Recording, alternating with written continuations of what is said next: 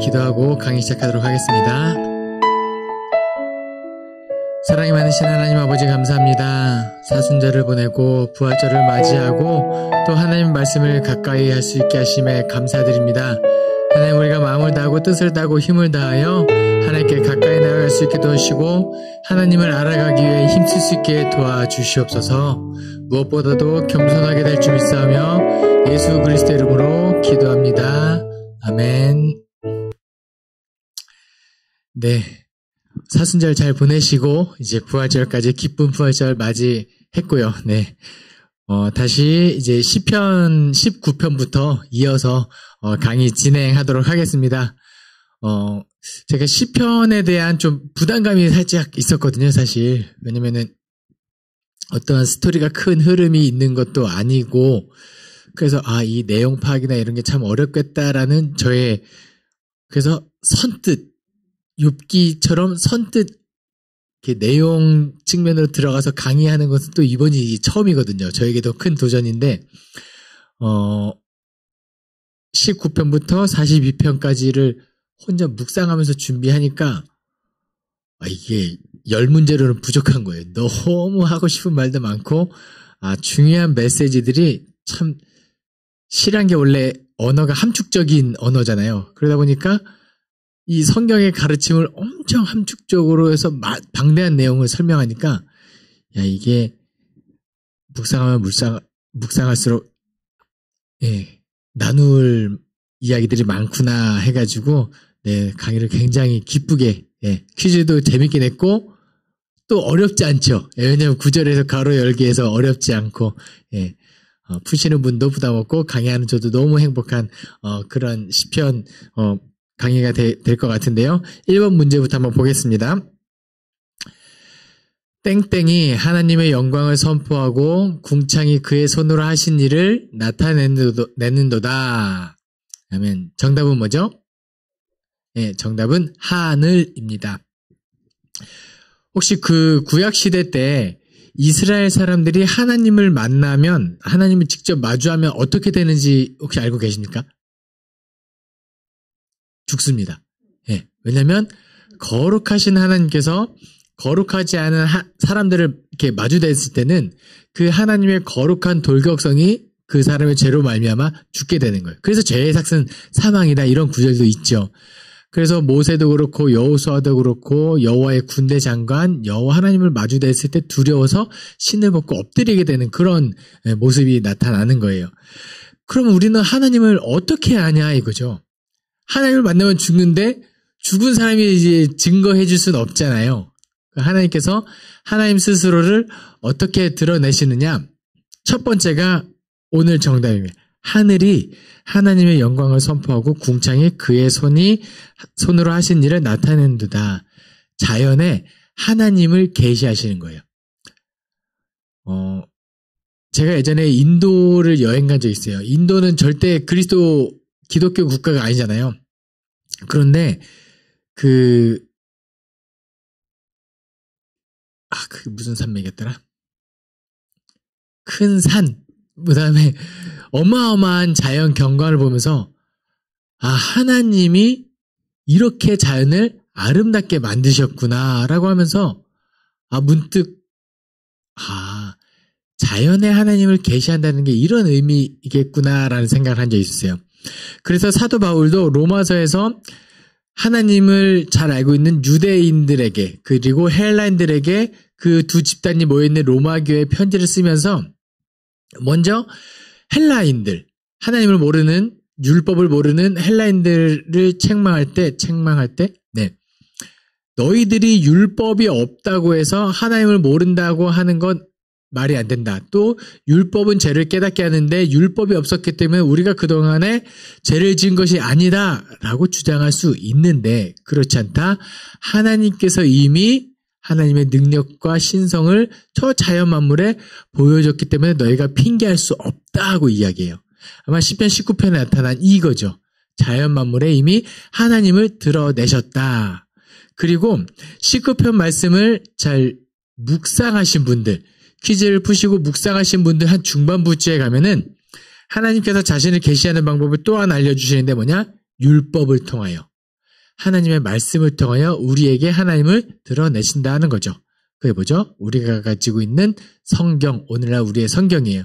그래서 하나님의 말씀을 잘 알면 하나님이 어떤 분이신지 하나님의 성품에 대해서 알 수 있을 것 같습니다. 요즘 날씨가 참 좋죠? 집에만 계시지 마시고 밖에 나가서 광합성도 하시면서 하나님이 계시구나. 그리고 또 나가서 독서하시면서 성경책도 같이 읽음으로 하나님을 알아가면 좋겠습니다. 다음 문제. 내가 주의 이름을 형제에게 선포하고 회중 가운데에서 주를 땡땡 하리이다. 정답은 찬송이죠. 내가 주의 이름을 형제에게 선포하고 회중 가운데 주를 찬송하리이다.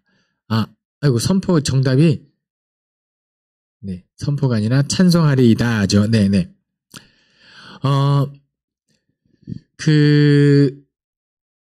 이 구절, 딱 지금 이 구절만 읽고 보면 되게 우리가 익히 알고 있는 일반적인 상황 속에서 하는 느낌이 좀 나요. 내가 주의 이름을 형제에게 선포하고 회중 가운데서 주를 찬송하리이다. 되게 평소에 하는, 우리가 할 만한 고백인 것 같잖아요. 근데 제가 왜 이 문제를 냈냐? 시편 22편은 엄청난 탄식시입니다. 예수님께서 그 겟세마네 동산에 올라가서 기도할 때 인용하셨던 구절이에요. 나의 하나님이여, 나의 하나님이여, 어찌하여 나를 버리셨나이까. 그 시편 22편 1절에 나오죠. 나의 하나님이여, 내 하나님이여, 어찌하여 나를 버리셨나이까. 여기서부터 시편 22편 1절부터는 이 시편 기자의 엄청난 탄식이 쏟아져 나오는 거예요. 그렇잖아요. 하나님께서 나를 버리실까요? 우리는 절대 그러지 않을 거라고 믿고 있죠. 그와 같이 너희를 버려두지 않으리라고 약속하신 하나님. 그리고 이 강의를 듣고 계신 분들이라면 영유아 유치부 교육부 아이들은 아닐 거예요. 그렇죠? 적어도 결혼하시고 자녀들이 있으신 분들이 이 강의를 듣고 계실 건데요. 한번 자녀를 낳은 다음부터 지금까지 한번 생각해 보겠습니다. 내가 진짜 말실수해서 너 자꾸 그러면 내가 쫓아낼 거야? 하는 경고의 의미로 혼낸 적은 있지만 정말로 그게 전심으로 너름 자식을 얻다 버리지 마 이렇게 마음 먹은 적 없잖아요. 하나님이 그러신 분이시거든요. 근데 지금 시편 기자가 느끼는 마음이 뭐냐? 나의 하나님이여, 내 하나님이여, 어찌하여 나를 버리셨나이까. 그만큼 지금 이 사람이 힘든 거예요. 너무 힘들어서 하나님 앞에 토로하는 메시지 내용이 그거거든요. 나의 하나님이여, 어찌하여 나를 버리셨나이까. 그런데 그렇게 다 하나님께 다 쏟아냈지만 결국은 어디로 돌아와요? 다시 내가 주의 이름을 형제에게 선포하고 회중 가운데에서 주를 찬송하리이다. 하나님이 나 어차피 버리지 않을 거 알고 있어요. 하지만 하나님께 그렇게 한번 쏟아내고 토로하고 다 있는 마음 그대로 나의 아픔, 나의 괴로움까지 다 가지고 하나님 앞에 나아갔다가 다시 나를 만져주신 하나님께 이렇게 고백할 수 있는 거예요. 형제들에게 선포하고 회중 가운데 찬송하리이다. 아멘입니다. 우리 아무리 힘들어도 하나님께 다 쏟아내지만 결국은 하나님 앞에 다시 돌아오고 하나님을 신뢰했으면 좋겠습니다. 3번 문제.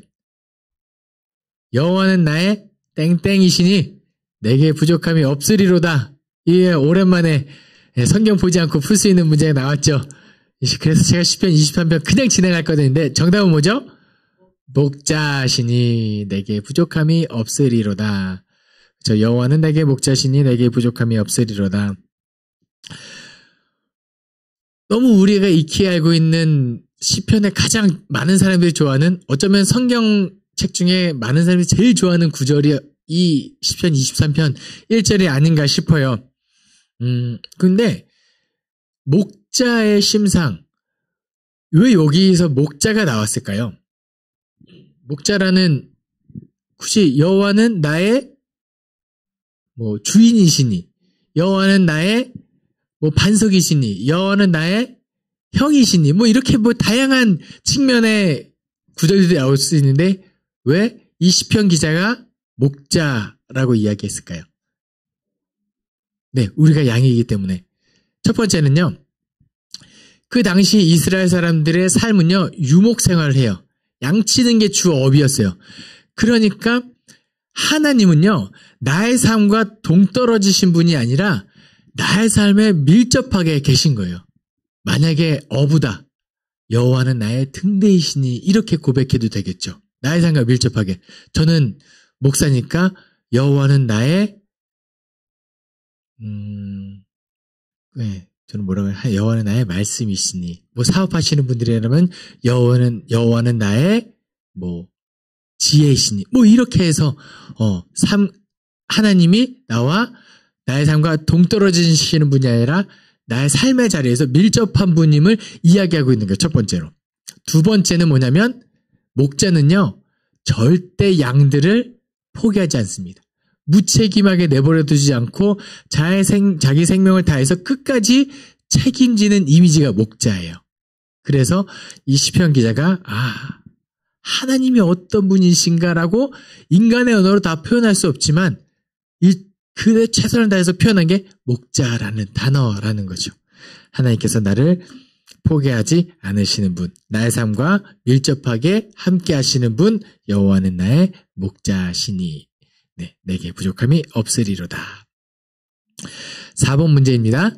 시편 24편에는 여호와의 산에 오르고 거룩한 곳에 서는 자가 누구인가 묻고 그 조건을 이야기합니다. 24편에 기록된 조건이 아닌 것은 무엇인가요? 1번 손이 깨끗한 자, 2번 마음이 청결한 자, 3번 욕심이 없는 자, 4번 거짓 맹세하지 않는 자. 정답은 3번입니다. 네.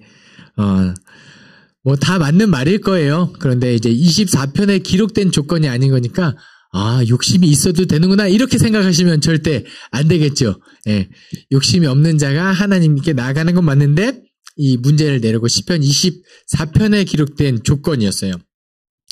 원래는 욕심이 없는 자가 아니라 뜻을 허탄한 데에 두지 않는 자. 4가지 조건이 이거예요. 손이 깨끗한 자, 마음이 청결한 자, 뜻을 허탄한 데에 두지 않는 자, 4번째 거짓 맹세하지 않는 자가 여호와의 전에 오르고 여호와의 거룩한 곳에 설 수 있다라는 건데요. 이 4가지의 의미가 있어요. 첫 번째, 손이 깨끗한 자는 외적으로 깨끗한 사람이에요. 그러니까 눈에 보이는 죄를 짓지 않는 거죠. 도둑질하지 않고 뭔가 하나님의 뜻대로 삶을 살아내는 거예요. 딱 누가 봐도 눈에 외적으로 깨끗한 사람이 하나님 앞에 서기 합당하다라는 거죠. 범죄하지 않고. 두 번째, 마음이 청결한 자. 이거는 내적으로 깨끗한 사람이에요. 어떤 거죠? 저는 도둑질을 하진 않았어요. 그런데 현재 나의 마음 상태가 호시탐탐 도둑질 하려고 마음 먹고 있으면 하나님 전에 서기에 합당하지 않다는 거죠. 그러니까 마음으로만 품어도 안 되는 거예요. 그러니까 마음으로 품고 있으면은 끝까지 이것이 나의 행동으로 나오지 않게 부단히 애써야 돼요. 몸도 싸워야 되지만 마음도 부단히 싸우는 거예요. 그래서 그 루터라는 신학자가 뭐라고 이야기했냐면, 새가 내 머리 위로 날아다니는 것은 막을 수 없지만 새가 내 머리에 둥지를 트는 건 막을 수 있다라고 했어요. 나이가 죄의 욕심에 끌려서 계속 새가 날아다니는 게 죄예요. 그럴 수 있어요. 그런데 그것이 내 머리에 둥지에 튈 때까지 내버려 두면 안 되는 거예요. 계속 죄를 밀어내려고 애쓰고 하나님과 가까이 가려고 애쓰는. 그래서 외적으로도 내적으로 깨끗한 자가 하나님 앞에 서기에 합당하다. 그리고 뜻을 허탄한 데 두지 않는 자, 이 의미는요, 마음을 하나님 외에 다른 곳에 두지 않는 자, 우상 숭배하지 않는 자, 하나님보다 더 사랑하는 어떤 것이 존재하지 않도록 그렇게 하는 것이 뜻을 허탄한 데 두지 않는 자라는 거예요. 그리고 마지막으로 거짓 맹세하지 않는 자. 이거는 하나님과의 관계성도 의미하지만 이웃과의 관계성도 깨끗한 사람. 그렇죠? 사람과 약속을 했으면 지키고 뭔가 사람과의 관계가 온전한 자가 하나님 앞에 나올 수 있다. 그래서 예수님께서도 복음서에서 우리를 가르치실 때 너희가 하나님 앞에 나올 때 뭘 해라? 형제와 다툼이 있는지 생각해보고 하나님 앞에 나오기 전에 먼저 화목해라. 이 개념인 거예요. 예수님께서 결코 그 구약 성경을 반대하는 어긋난 가르침이 아니라 예수님도 이 구약 하나님의 말씀을 토대로 우리에게 가르침을 많이 주셨다는 거 기억하면 좋겠습니다. 자, 5번 문제입니다. 시편 27편 기자가 노래하는 하나님의 모습이 아닌 것은 무엇인가요? 1번 나의 빛, 2번 나의 구원, 3번 나의 방패, 4번 내 생명의 능력. 정답은 3번 나의 방패이죠. 네. 네. 읽어보시면 시편 기자가 나의 빛이다, 나의 구원이시다, 내 생명의 능력이시다. 라는 구절이 나옵니다. 혹시 시편 27편에서 하나님은 나의 방패라는 구절이 적혀 있다면 그것도 맞을 거예요. 네, 맞는 건데 제가 문제를 냈을 때는 그 한 구절 안에서 나의 빛, 나의 구원, 네, 내 생명의 능력 이 구절이 한 구절에 나와서 문제를 이렇게 냈는데요. 나의 방패도 맞을 거예요. 왜냐면 시편 27편 기자 말고 다른 데서 우리가 이야기하잖아요. 여호와는 나의 하나님은 나를 지키시는 자, 나의 방패, 나의 구원, 나의 산성 맞아요. 궁극적으로 이 27편 기자가 하고 싶었던 건 뭐냐면 하나님께서 나를 불꽃과 같은 눈동자로 바라보시며 나의 어두운 길을 밝혀주시고 나를 지켜주시는 분이다. 나의 생명을 지켜주시는 분, 나를 책임져 주시는 분이 그분이 누구다? 나의 하나님이다. 이 27편 기자는 그걸 이야기하고 싶은 거예요. 그렇죠? 우리가 때로는 지치고 힘들 때 가장 먼저 여러분 머릿속에 떠오르는 분이 누구신가요? 하나님이었으면 좋겠어요. 제가 인생에 정말 너무 고생을 하나 안 하고 살은 것 같지만 저도 나름의 고민과 고생이 있을 때가 있거든요. 그때 저에게 위로가 되었던 찬양이 주님을 기뻐하는 즐거움을 빼앗기지 않게 하소서라는 그 예수라는 찬양이었어요. 그때 내가 힘들지만 비록 정말 힘들지만 하나님을 원망하지 않을 수 있는 그리스도인이어서 너무 감사했고요.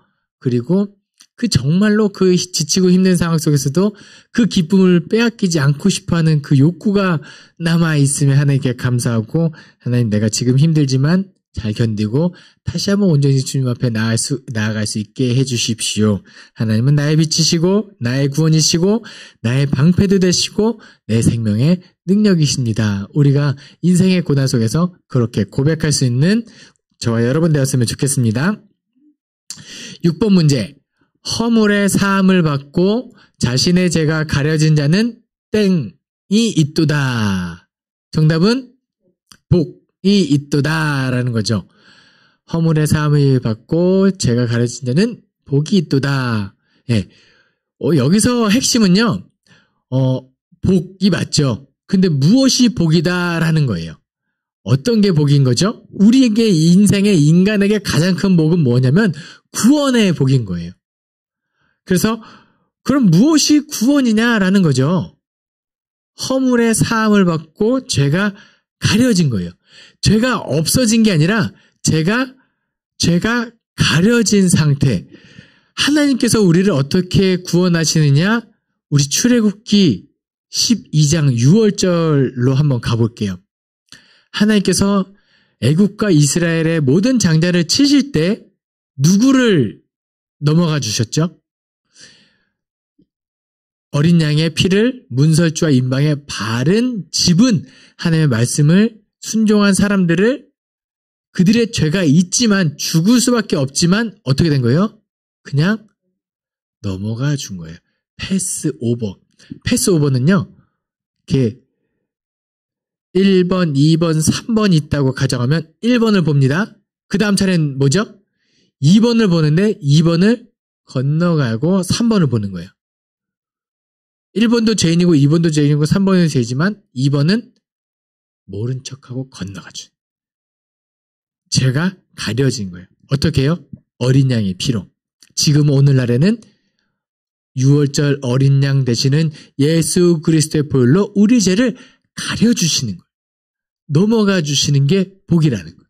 구원의 복. 시편 기자가 이야기하고 있는 대로 우리는 죄인지만 예수 그리스도의 보혈로 우리를 덮어주셨고 그래 그 보혈로 말미암아 하나님께서 우리를 의롭다라고 칭해주시고 거기에 성전이 세워진다라는 겁니다. 그래서 허물의 사함을 받고 죄가 가려진 자는 복이 있도다. 그래서 우리가 실수하면 안 되는 게 뭐냐면 그 죄를 내가 가리려고 하면 안 돼요. 하나님 앞에 회개하러 나갈 때 죄가 있는데 그거 좀 남겨놓고 이미 하나님 다 알고 계신데 그거 좀 남겨놓고 내가 가리려고 가도 그것도 안 돼요. 회개하러 갈 때는 있는 모습 그대로 죄를 다 가지고 십자가 앞에 다 내놓는 거예요. 그래서 우리가 어떻게 기도하죠? 하나님, 내가 알게 모르게 지은 죄를 주님께서 다 용서해 주십시오라고 되는 거예요. 그렇게 내려놓을 때 하나님께서 예수 그리스도의 보혈을 보고 다 괜찮다. 이렇게 넘어가 주시는 거죠. 허물의 사함을 받고 죄가 가려진 자는 복이 있도다. 이 구원의 복을 누리고 기억하는 우리가 되었으면 좋겠습니다. 8번 문제. 7번 문제. 악인의 죄가 그의 마음속으로 이르기를 그의 눈에는 하나님을 땡땡땡땡땡이 없다 하니. 정답은 두려워하는 빛이 없다. 악인의 죄가 그의 마음속에 뭐죠? 하나님을 두려워하는 빛이 없다. 이거예요. 구약 성경에서 엄청난 개념이 여기 나오는 거예요. 어떤 사람이 구약 성경이 정말 하고 싶은 것이 뭐냐? 율법을 통해서 하나님의 말씀을 기준으로 살아라 이거죠. 그런 사람은 어떤 사람이다? 여호와를 경외하는 사람이다. 반대로 여호와를 경외하지 않는 사람은 뭐예요? 여호와를 두려워하는 빛이 없는 사람이에요. 그런 사람이 악인이라고 이야기하는 거예요. 우리가 이렇게 이야기할 수 있어요. 하나님, 저는 하나님을 경외하는 사람입니다. 라고 이렇게 고백할 수 있어요. 그리고 이렇게 입술로 고백하는 것이 실제 내 마음의 진심으로 우러져 나오는 고백이어야 해요. 그게 진심인지 아닌지 무엇으로 판단하면 되시냐면 내가 지금 하나님을 두려워하고 있는지 한번 곰곰이 생각해 보세요. 나의 삶이 어떻게 이루어지고 있는지. 난 하나님을 경외한다고 이야기하지만 나의 일상에서는 하나님을 두려워하지 않는다 라고 하면 내가 진짜 경외하는지 아닌지를 점검해 보셔야 합니다. 내가 경외한다고 이야기하면서 두려워하는 기색 없이 죄를 짓고 있다. 그럼 나는 어쩌면 경외하지 않고 있는지도 몰라요. 온전히 믿고 있지 않다라는 거죠.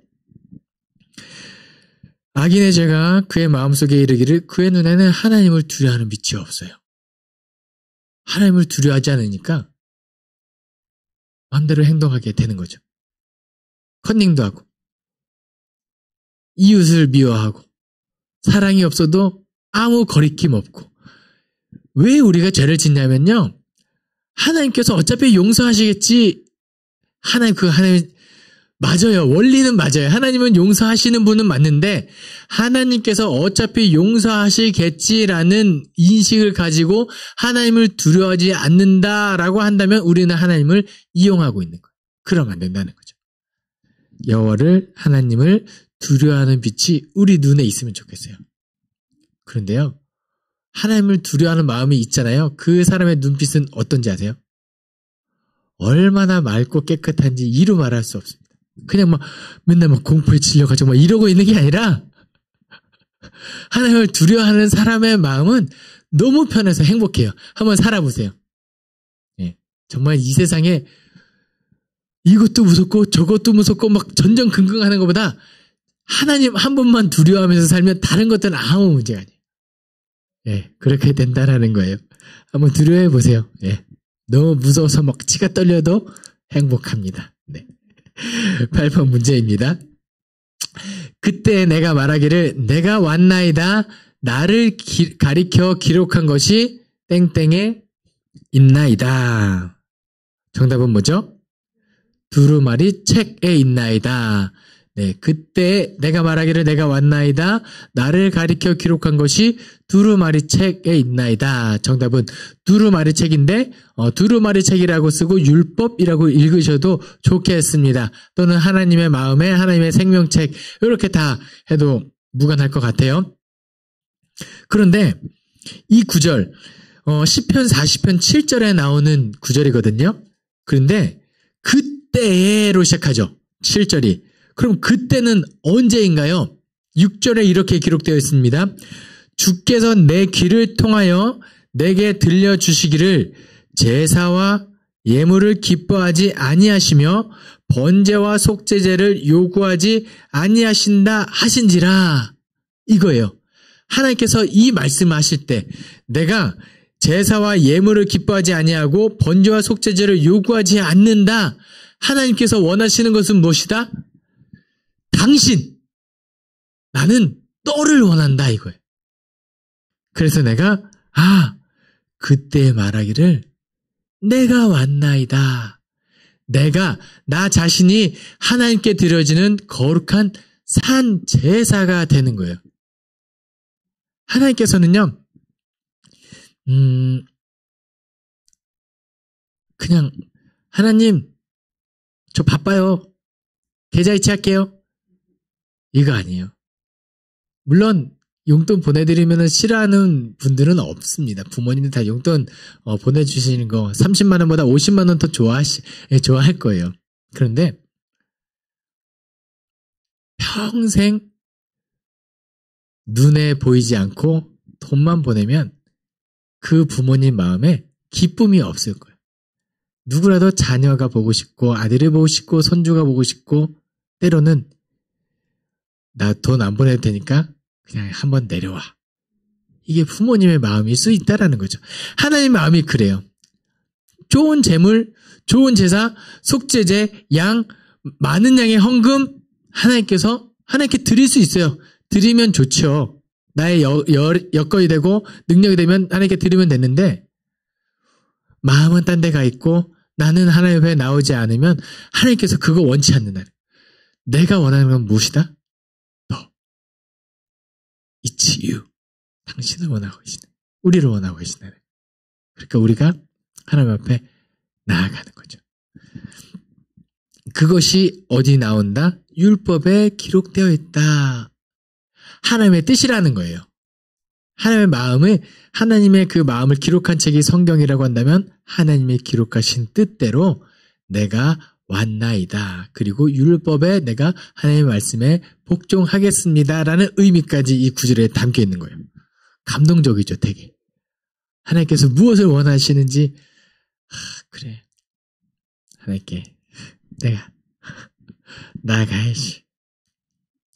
코로나 때 하나님께 하나님 눈앞에 너무 드러나지 못한 점을 회개하고 다시 기꺼이 나왔으면 좋겠습니다. 9번 문제. 하나님이여 사슴이 시냇물을 찾기에 땡땡함같이 내 영혼이 주를 찾기에 땡땡하나이다. 정답은 뭐죠? 갈급함같이. 이 찬양도 너무 잘 알고 있죠. 목마른 사슴이 시냇물을 찾기에 갈급함같이 내 영혼 주를 찾기에 갈급하나이다. 그 시편을 묵상하실 때 또 하나의 재미있는 팁이 하나 있습니다. 뭐냐면 내가 얼마나 찬양을 많이 알고 있는지 느껴지면 좋겠어요. 많은 찬양들이 시편의 고백을 가지고 거기다 음을 달고 쓰여진 찬양들이 엄청 많아요. 그래서 보시면 내가 예전에 즐겨 부르고 은혜를 받았던 찬양이 이 시편에 가사였구나라고 하나씩 찾는 재미가 있습니다. 시편 42편에 하나님이여 사슴이 시냇물 찾기에 갈급한 같이 내 영혼 주를 찾기에 갈급하나이다. 자, 이 시편 기자의 상태가 어떤 것 같으신가요? 뭔가 되게 일상의 상황, 안전한 상황, 편안한 상황인 거야? 아니면 뭔가 어려운 상황인 것 같아? 어려운 상황이에요. 대부분 시편은 그렇게 쓰여져 있는데 갈급이라는 단어는 그냥 물이 옆에 있을 때 언제든지 물 마실 수 있는 상황이 아닌 거예요. 갈급은요, 갈증은 언제 느껴지면 몸이요, 신호를 언제 보내냐면, 야, 이놈의 주인아, 왜 아직도 물을 안 먹고 있냐 할 때 갈증을 느껴요. 그러니까, 물은 언제 채워주면 좋냐면, 수시로 채워주는 게 몸에는 제일 좋아요. 왜냐면, 갈증을 느끼는 순간 이미 내가 물 마실 타이밍이 지나갔다는 거예요. 갈증은 그래요. 그 갈증이 계속 해소되지 않는, 이제 생명이 위태위태해질 때는 갈급인 거예요. 네. 그만큼 하나님을 갈급하게 찾고 있는 상황이 지금 시편 42편 기자의 상황이에요. 주변 사람들이 야, 너 하나님 믿는 사람이라고 하면서 하나님 어디 있냐? 조롱하고 있는 상황이에요. 너 그렇게 믿으면서 무슨 하나님 없는데, 너희를 보니까 하나님 없는데 조롱하고 포로로 끌려가고 있는 상황일 수도 있고요.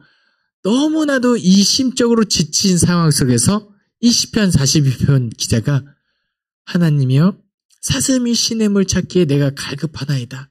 내가 예전에 하나님을 만나러 예배하러 가면 하나님을 만날 수 있었는데 이제는 예배드릴 수 없는 상황이기도 하고 어떤 상황인지 모르지만 하나님을 만나고 싶은데 너무 찾고 싶은데 못 찾고 있는 상황에 놓여져 있는 그 시편 42편 기자의 상황입니다. 우리 이런 거 한 2년 전쯤에 느꼈죠. 코로나가 딱 터지고 교회 문이 닫혀서 나올 수 없었을 때 이 마음이 있었어요. 이 마음이 여전했으면 좋겠어요. 상황이 아니라요. 하나님을 만나고 싶지만 만나지 못하는 그게 힘들었으면 좋겠어요. 예배당에 오고 가고 오지 못하고 올 수 있는 이게 아니라 하나님을 찾기에 그 갈급한 상황이 꾸준히 이어졌으면 좋겠어요. 근데 하나님께서 뭐라고 말씀하시죠? 10번 문제입니다. 내 영혼아, 내가 어찌하여 낙심하며 어찌하여 내 속에서 불안해하는가? 너는 하나님께 땡땡을 두라. 나는 그가 나타나 도우심으로 말미암아 내 하나님을 여전히 찬송하리로다. 정답은 소망이죠. 내가 하나님 너무 갈급합니다 라고 할 때 하나님께서 이렇게 응답해 주시는 거예요. 내 영혼아, 내가 어찌하여 낙심하며 어찌하여 내 속에서 불안해하는가?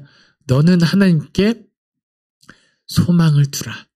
반드시 그가 너에게 나타날 것이고 반드시 그가 너와 함께 하시며 너가 그 하나님을 보지 못하더라도 뒤에서 여전히 우리를 지켜보고 계신 분께 소망을 두라. 이렇게 하나님의 이 위로가 있으면 그 시편 기자가 뭐라고 이야기하는 거예요? 나는 그가 나타나 도우심으로 말미암아 내 하나님을 여전히 찬송하리로라. 이게 되는 거예요. 지금 계속 하나님이 보이지 않지만 나는 그가 나타나심을 믿고 소망하고 있으며 언젠가는 그게 지금이 아닐 수도 있어요. 지금이 아닐 수도 있지만 나타나 도우심으로 말미암아 내 하나님을 찬송하리로다. 근데 어떻게 찬송하리로다? 여전히가 중요한 거예요. 여전히. 힘든 순간에도 나는 여전히 찬송하리로다.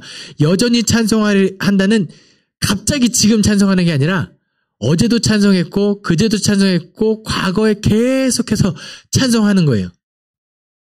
그리고 여전히의 이 단어의 의미는 이 시기가 지나간 다음에도 계속 찬송하는 게 여전히 일하는 거예요. 놀랍죠? 네. 시편 기자가 너무 힘들지만 그 가운데서도 소망을 두고 여호와를 찬송하고 있다라는 거. 한번 힘들 때 툭 터놓고 이제 이 어떤 문제 해결이 내 손으로 더 이상 감당하지 못할 때 내 손을 이제 떠나야 할 때 한번 놔보세요. 그리고 하나님께 맡겨보세요. 하나님께서 기가 막힌 방법으로 해결해 주신다는 거예요. 가끔 우리 자녀들이 이 자녀 내가 어디까지 책임져야 돼? 아직도 되게 너무 불안한 것 같죠? 아니에요. 한번 하나님께 소망을 맡기고 내가 믿는 하나님, 나의 자녀의 하나님이기도 하니까 이 자녀의 인생을 이제는 하나님, 나 이제 여기까지 키웠으니까 된 것 같아요. 하나님께 소망을 두고 맡겨봅니다.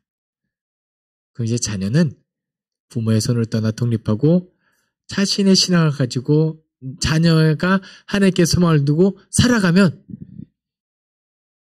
아유, 저 작년에 나 줄 걸 좀 내 인생 좀 편하게 이렇게 되는 거예요. 네. 네. 그러면 여전히 하나님을 찬송하게 되는 그 하나님을 여전히 찬송할 수 있는 하나님을 발견할 수 있었으면 좋겠습니다. 시편이 참 은혜가 되죠. 문제를 푸는 것도 은혜가 되는데 꼭 해설 강의를 놓치지 않았으면 좋겠습니다. 네, 기도하겠습니다. 사랑이 많으신 하나님 아버지 감사합니다. 시편 말씀에 나타난 하나님의 뜻을 이 시간 또 나눌 수 있게 하시니 감사드립니다. 고난 가운데서도 하나님을 바라볼 수 있게 도와주시고 여전히 우리와 함께 하신 하나님을 우리가 여전히 찬양하고 끝까지 찬양하는 그리스도의 모습으로 살아갈 수 있게 도와주시옵소서. 하나님 무엇보다도 겸손하게 되기를 소망하며 예수 그리스도 이름으로 기도합니다. 아멘.